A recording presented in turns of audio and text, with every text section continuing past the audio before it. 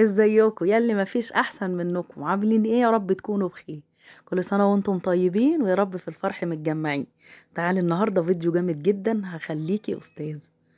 نقشات جميلة، وما يحلاش الكحك الا بالنقشات والمنقاش. طريقة امي وامي وستي وستي. اول حاجة هنبدأ بيها نصلي على الحبيب، ونحط 3/4 مج لبن ماشي، لبن على مية ماشي، مية على لبن، التلاتة شغال. مية لوحديها، لبن لوحده، أو ميكس ما بين الاتنين. يلا نصلي على الحبيب ونحط فيهم معلقة صغيرة خميرة ونغطي عليهم، نركنهم على جنب. نجيب الدقيق بتاعنا كله، مستلزمات الحلواني فيه استخراج 72% زي ما شفتوا كده يا حبايبي. حطه في بولة كبيرة، بولة تكون تقيلة وتستحمل. ننخله عشان ايه؟ يبقى هش معانا وجميل. اول حاجه نقول عليها نص معلقه بيكنج باودر. دي ريحه كحك معلقه صغيره. دي ريحه كحك، انا عندي نوعين بتلاقي السقف غامقه وفاتحه. معلقه صغيره، ومحلب معلقه برضو صغيره. والسمسم بقى تحدث ولا حرج، عايزه تحطي 4 معالق حطي، 5 معالق، دي حاجه ترجع لك انت. ما ننساش ذره الملح. نقلب كل الحاجات الجميله دي بتاعتنا. ده كيلو دقيق يا حبايبي. قلبنا كل المكونات الجافة مع بعضها، ونبدأ بقى نص كيلو سمنة متسيحة. أنا حاطة سمنة ميكس ما بين الاتنين، سمنة بقري على جاموسي، لأن البقري بتبقى طعمها تحفة في الكحك. وننزل بيها ده الكحك على السخن، بتاع طريقة أمي وأمك. الطريقة اللي بتحتفظ بالكحك معاكي لمدة أطول، وبيبقى طعمه تحفة. اوعي تقولي يحمى على القلب ولا الكلام ده كله. تقعدي تبسي كده في الكحك مش اقل من 10 دقايق. بصوا الخميره بتاعتنا اختمرت ازاي. دي بقى روح الموز يا حبايبي، طعم الموز طعمه بيخلي الكحك تحفه. قلبناه، انا حاطه 3/4 المج زي ما قلت لكم ميه على لبن. يا الدنيا بقت بلوزه، لا لا، هيتشرب دلوقتي واحنا ما نعجنش. بنفتح العجين، وهيتشرب كل السوائل معانا بالطريقه دي. يلا اذكروا الله وصلوا على الحبيب يا حبايبي، صلوا على الحبيب. كل سنة وانتم طيبين، ويا رب يكون دايما متجمعين. يلا ندعي كده لأمواتنا من رحمة، ونقول ايه؟ اللهم ارحمنا وارحم موتانا وموتى المسلمين. ونقول دعاء كمان جميل: اللهم إنك عفو تحب العفو فاعف عنا. بصوا الجمال بقى. لو لفيت الكحك في ايدك بالشكل ده ولقيتيها مشققة، هتعوز رقراق مية، رقروق كده صغير، يعني معلقة مية مش اكتر. انما هي ما شققتش معانا اهي وزي الفل. يلا نركنها على جنب ونغطيها 5 دقايق مش اكتر. معانا الملبن اللي احنا هنحشي بيه، حطينا عليه معلقة سمنة، ومسكناه عجناه وكورناه كور صغير. ودوت كده كمان هنعمل ايه؟ كحك الجواهر. وسع بقى كحك الجواهر اللي كله مكسراه. كسرت قرفتني، عمال يطير مني بالسكينة وغرق المطبخ. قلت له لا تعال. حطيته في الكيس ورحت مكسراه زي ما انتوا شايفين. الجيش قال اتصرف. خلاص كده جهزنا كل الحشوات بتاعتنا. نبدأ بقى نجيب العجينة بتاعتنا، نصها نحطها في الكيس ونغطي عليها عشان ما تشمش هوا. ونقلب كل المكسرات الجميلة دي بقى، بندق وعين جمل ولوز. الله على الجمال والريحة. ده يا حبايبي ما بيتنقش، بيتكور كور صغيرة. عارفين الكيلو منه بكام؟ ده وصل 400 جنيه. تخيلوا. احنا عملنا بقى ده والمنقوش وكله ما كلفناش 100 جنيه. كوري كده بقى كله غرقان بقى ايه؟ مكسرات وعلى جماله وحلاوته. بصوا رصيت كل الصينية، طلع معايا حبة حلوين، لانه ما بياخدش مناقيش ولا بياخد معايا والله احلى حاجة، بس بياخد مكسرات بقى.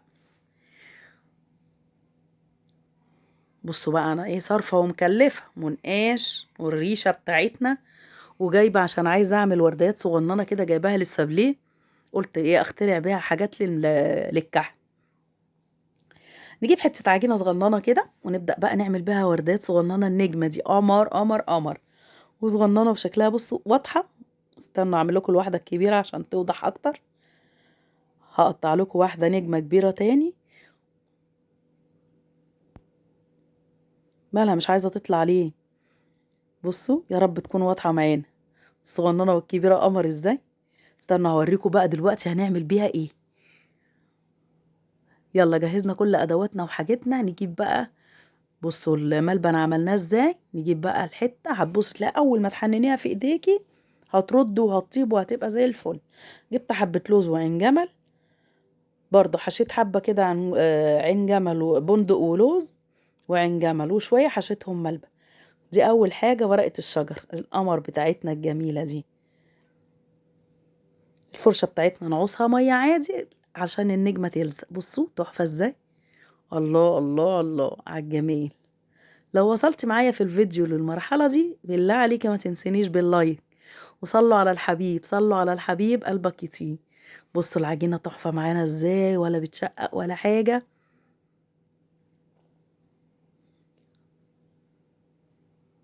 بصوا النجميات الصغننة لما بتتحط كده على الجنب السادة بتبقى تحفة. وطبعا ما فيش واحدة بتعدي من تحت ايدي الا لازم انقشها، الا المنقاش. المنقاش ده حاجة جميلة، حاجة التراث القديم بتاع امي وامك وستي وستي. اما كانت امي ربنا يديها العمر يا رب والصحة، استنوا اقول لكم دلوقتي. ده عندي ورديات مسكرة، ورديات حاجة صغننة كده تحلية حطيتها، بس ما نصحكوش بيها يعني. لو هي كانت عندي قلت اعمل بيها شو يعني وحاجات كده، انما للاسف ساحت تحت الشواية.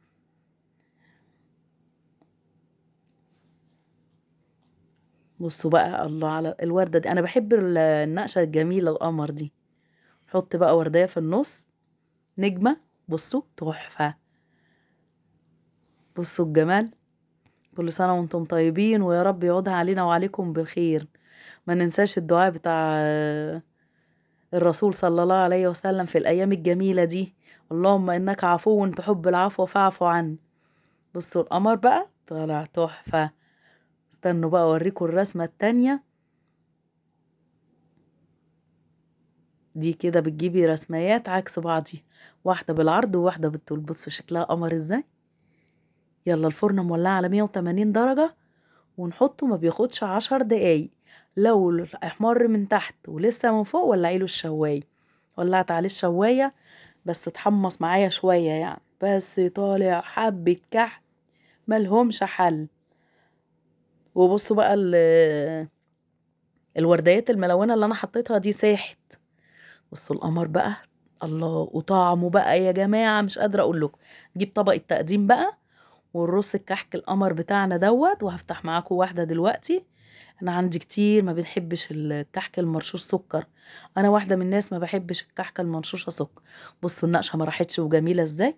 وهقول لكم على حاجه بقى يا جماعه، انا بحب الكحك ده احط عليه جبنه قديمه. تخيلوا جبنه قديمه. بصوا فتحنا الكحكايه، بصوا قلبها فاضي وبتدوب دوبان معانا ازاي، في نفس ذات الوقت برضو مقرمشه وجميل. بصوا بصوا الحلاوه. ده بقى الكحك الجواهر، مش قادره اقول لكم الكيلو وصل 400 جنيه. 400 جنيه ليه يا ولاد؟ ايه اللي حصل في الدنيا؟ بالله عليك ما تنسيش لايك وشير وسبسكرايب لتيتا زوزو. كل سنه وانتم طيبين، يا رب يعود علينا وعليكم الايام بالف الف خير.